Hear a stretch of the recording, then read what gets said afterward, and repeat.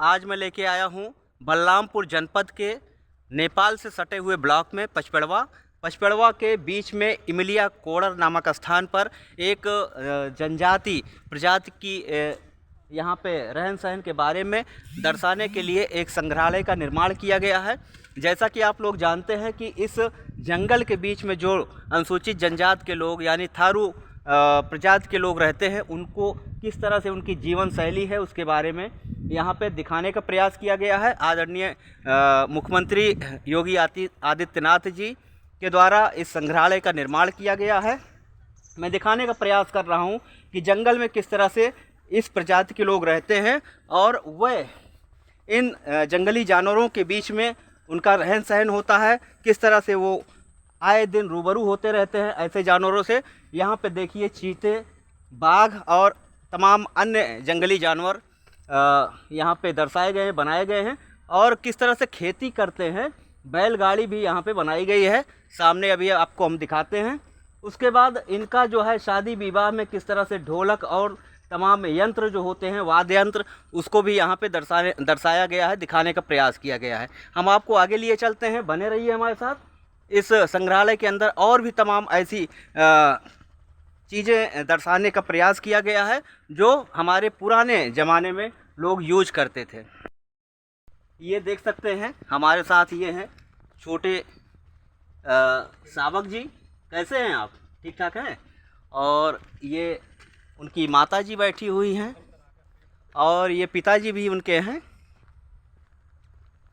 आइए, जब सावक से और माताजी से रूबरू करवाए तो उनके पिताजी से भी आपको रूबरू करवाते हैं।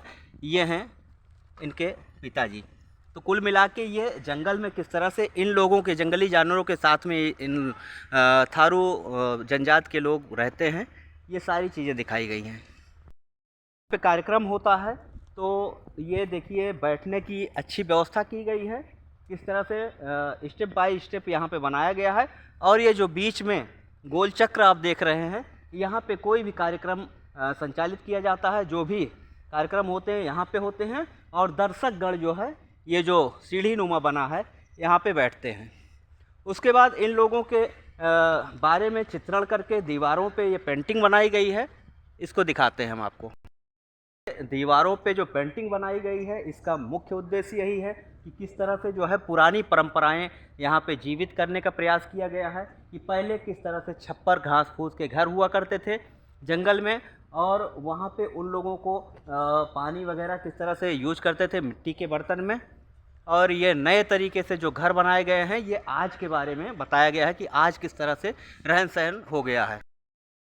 यहाँ पे एक महिला का चित्र बनाया गया है और उनके जो जेवर हैं, जो वह पहले शादी विवाह या अन्य पर्वों में पहनते थे, उसके बारे में यहाँ बखूबी दर्शाने का प्रयास किया गया है।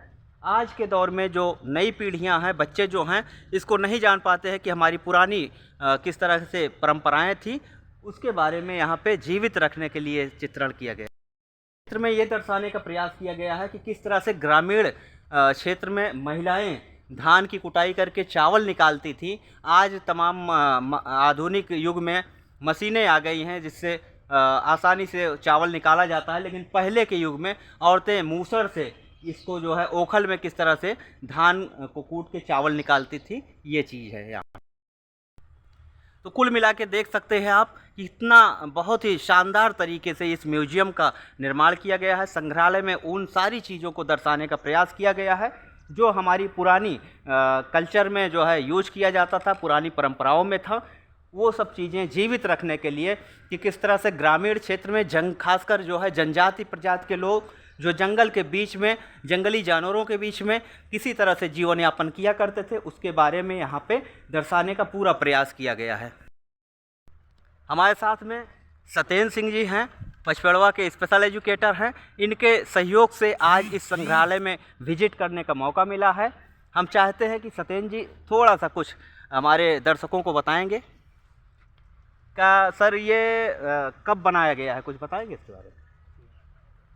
इनका कहना है कि ये अभी हाल ही में बनाया गया है, कुछ वर्षों पहले, और जिस तरह से ये दर्शाने का प्रयास किया गया है, यहाँ पे देखिए वाद्य यंत्र है, इसको क्या कहते हैं, ढोलक कहते हैं।